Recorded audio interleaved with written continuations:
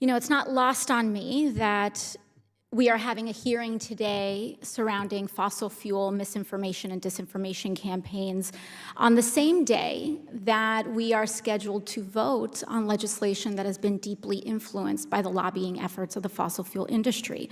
It's a wonderful opportunity for us to be speaking with the CEOs of BP, Chevron, Exxon, Shell, and the American Petroleum Institute.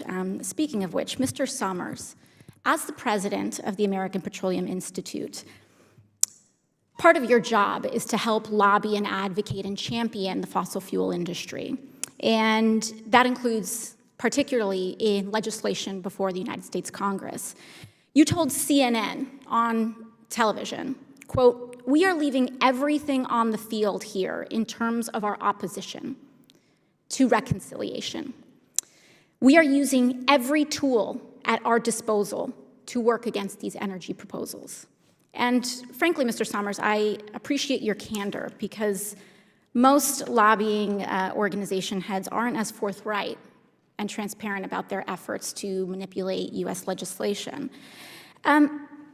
So what does that all-out approach look like? Am I correct, Mr. Sommers, that the oil and gas industry overall, including the companies that you represent and members you represent today, has spent about $55.6 million in lobbying within the last 10 months, this year alone? That figure sounds right to you, correct? Congresswoman, thank you for your question, but let me clarify something, first of all, about who the American Petroleum Institute is. Our mission, first of all, is that we're a standard-setting organization for the global oil and gas industry. Mm-hmm. We maintain over 700 standards in the areas of health, environment, and safety. In addition to that, we advocate for the oil and gas industry. Mr. Sommers, is that figure $55.6 million in lobbying funds correct or not? I have limited time. Congresswoman, I don't have those numbers at my disposal. Well, according to our disclosures, that seems to be the figure, but I will move on. I would like to turn my attention to Mr. And I apologize, we just simply don't have much time allocated here. Mr. Woods, as the CEO of Exxon Mobil, are you familiar with an individual by the name of Keith McCoy? I am. He was one of your top lobbyists, correct? He was a senior advisor in our Washington office. I see. Now, earlier this year, McCoy was recorded in a private session as saying, quote, "I liken lobbying to fishing. You have to bait. You throw that bait out there just to kind of reel members of Congress in because they are a captive audience. They know that they need you and I need them." And he also alluded to having weekly calls with certain members of Congress as debates around reconciliation were being formed. Are you aware of these calls? I am not aware of the calls. You are not aware of the calls. Have you participated in any calls with members of Congress throughout this process of reconciliation and infrastructure?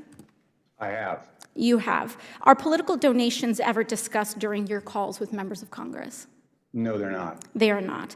Does your compensation package increase as a result, the value of your compensation increase as a result of increased production from Exxon's refineries? No, volumes from our refineries are not part of my compensation. Is your compensation tied to Exxon's stock price?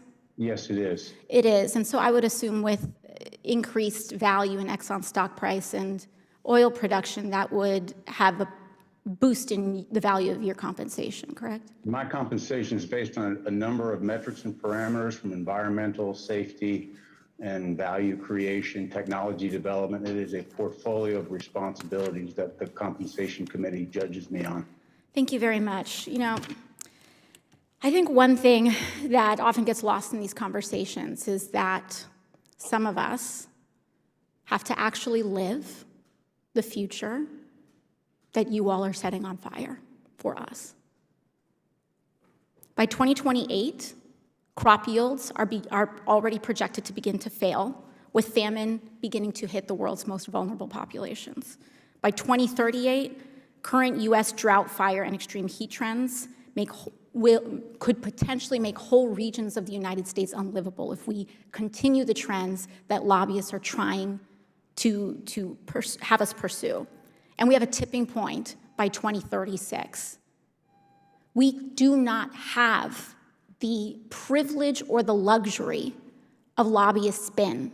And it is incredibly important that we don't reach net zero or in some imaginary future, but that we actually cut through to carbon emissions reductions here in the United States and globally. I submit back to the chair. Back.